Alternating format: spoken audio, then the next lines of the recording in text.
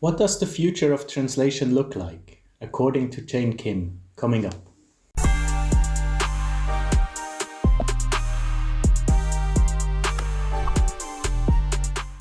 Hello and welcome back to the Freelanceverse. Thanks for coming back to the channel.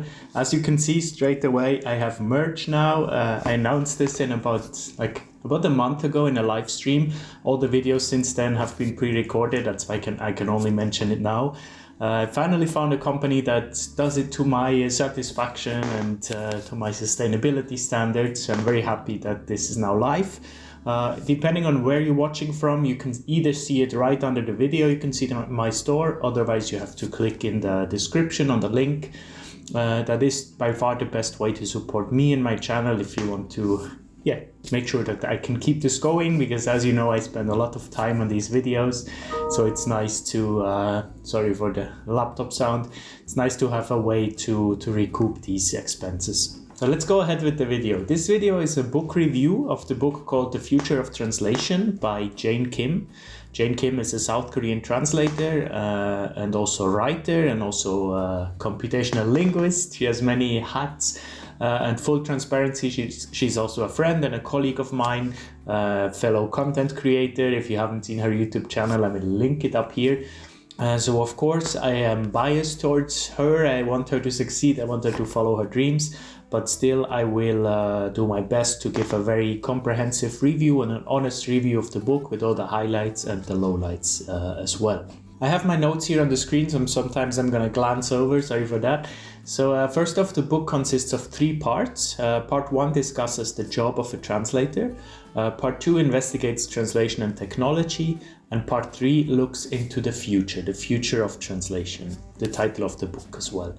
The 3 parts are super interesting on kind of a meta level, I would say, because they provide kind of a clear, completely different perspective and feel throughout the whole book. It goes from a personal experience to a relatively technical analysis of the subject matter, on to a very introspective ending of Jane finding her place within the industry. Overall, I really enjoyed this book, but not for the reasons I expected, funnily enough, and here's why. So Jane has this interview series on her YouTube channel, Jane Kim, where she interviews very interesting people in the translation industry. And I know that she collected a lot of knowledge herself through her research into computational linguistics. So all this background knowledge together with the title of the book, The Future of Translation, I had the expectation going into it of it being a very technical breakdown of AI in translation, the newest trends, prognosis, analysis of the human in the loop workflow, etc. And while it does address some of these topics on a superficial level in part 2, it is not at all the focus of the book. Now, me being a frequent and avid reader, I can adapt to things like this, right? If a book doesn't live up to my expectation, that's not necessarily a bad thing. It can become very interesting, right? But apparently, I have talked to Jane about this. Not everyone could do that. She actually received quite a bit of backlash after releasing the book for being too egotistical and too self-centered in her book. I mean, this is frankly ridiculous and ironic because this is literally her work. So of course she is entitled to be self-centered and egotistical in her own work if she wants to. I mean, come on, I would never understand people making this argument. If you don't like a book, just move along. Like, you don't need to attack the author. Anyways, rant over. So once I realized that while reading the book, that this is actually a very introspective analysis of Jane trying to find her own way, trying to calm herself down, and convincing herself that humans are the core of communication and will be needed, I could appreciate this manuscript on a whole different level in a way. It then kind of read like a diary almost. It follows the process of Jane deciding for herself to investigate this industry with as little emotion as possible. So she gives us a really cold breakdown of all what's going on. And while she is not yet an expert in the field of computational linguistics, she got to talk to people who are and who were shared very valuable insights, I feel like. Again, emotion is very important in this book. Jane purposefully tried to put the professional pride, as she calls it, aside in order to give us, the readers, the coldest possible outline of while still being one of us, so to speak. So that I really enjoyed this part. It actually reminded me a lot of my Freelanceverse YouTube videos. I feel like I could take her book and edit it down into a nice video. I'm not going to, of course, that's all Jane's IP, but that kind of gives you a feel of the indication, or an indication of the feel of what you can expect in the book. It has kind of the same vibe. In part 2 of the book, Jane provides super interesting interviews with some of the leading language technology professionals. We really get a lot of technical and business value there. So even the people expecting a very technical approach in this book, they still get a few pages of worth their value. In the same chapter, Jane approaches the idea of generative language models. I think this book was written before the wave of ChatGPT content flooding the internet, so that this is not part of it yet. But her breakdown of generative AI is spot on and very informative as well. Then after her prognosis of where AI is headed, she goes into part 3, which personally is my favorite part. The chapter Future of Translation started as I expected it, with the usual phrases like language industry is in the constant change, most content is repetitive and empty is good for that. For more complex cases it is not. Language is delicate and dynamic, and it is hard to feed an algorithm all these nuances, like the usual things that you would read everywhere, right? But then the chapter took a very unexpected turn. I actually had to start rereading the chapter again after that, because I was fully in my professional reading mode, and I read slightly different when I read professional or like non-fiction versus fiction. Not even fiction, but just professional versus personal writing. So I had to go back and kind of switch my reading mode. It was funny. And that is what happens from, I think, like the 4th page of the last chapter. I have a quote here. Jane suddenly says, "I still feel that the humanities and technology are too far apart. My hope is that by creating a bridge between the two, more people will be able to recognize and incorporate the changes into their personal lives. This is also one of the most important motivations why I am writing this book."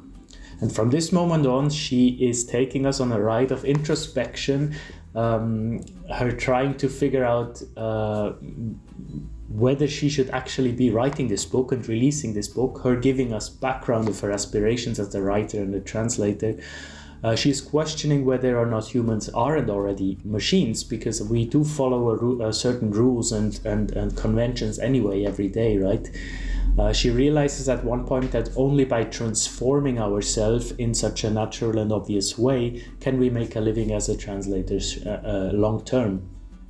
She gives her opinion on what will make you make money in the future, only to follow it up immediately by saying, "I'm not sure though, I'm not sure if it's correct." So again, there is this not establishing herself as an expert, but rather just in the form of a diary.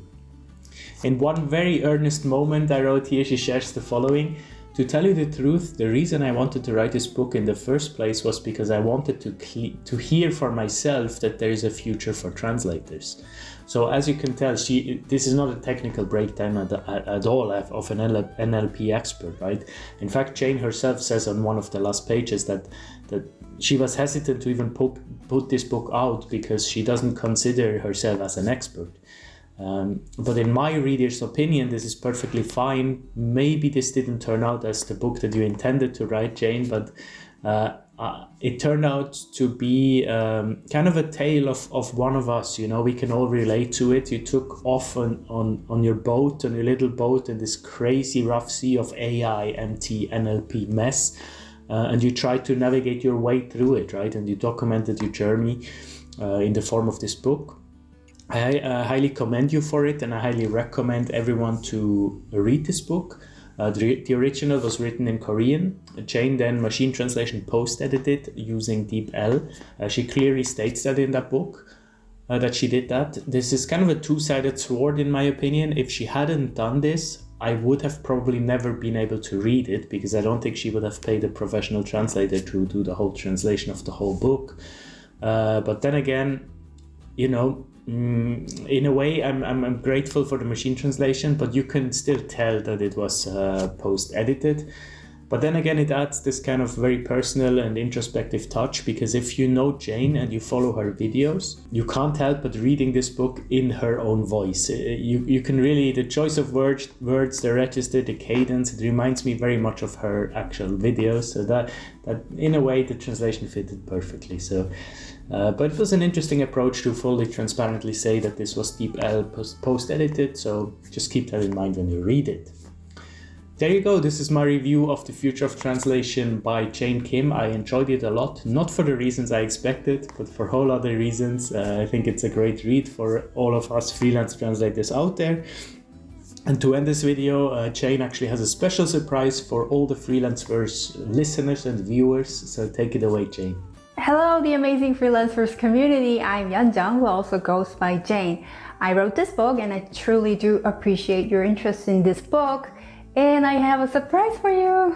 This specific link I created for the Freelanceverse community can equally be enjoyed by anybody who would purchase this book during this specific window of time for 1 full week. So the discount starts right now and you'll get around 50% off. In case you want to be shared with some of my personal career journey as a translator, and also what I did as my researches on the future of translation in the industry. So I really, again, want to thank Adrian for making this opportunity to say hello to the amazing people, and also for reviewing my book. I truly do appreciate your taking the time, your precious time. I feel so lucky and very fortunate and very, very thankful in general. So I'm grateful for all of your amazing fellowship. And again, I look forward to seeing more of the Freelanceverse videos going forward. Thank you again. Bye-bye.